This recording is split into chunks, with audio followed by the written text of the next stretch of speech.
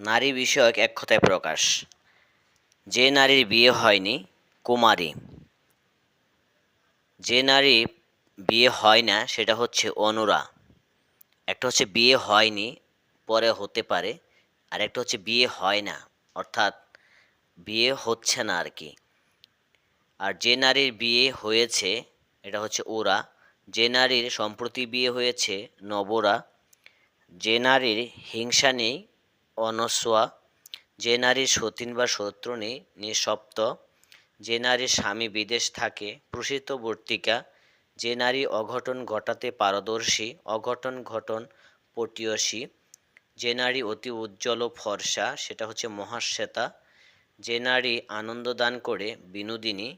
যে নারী কলহপ্রিয় এটা হচ্ছে খাপতানি। যে নারী সাগরে বিচরণ করে তাকে বলা হয় সাগরিকা। যে নারী সুন্দরী তাকে এক কথায় বলে রামা। ধন্যবাদ।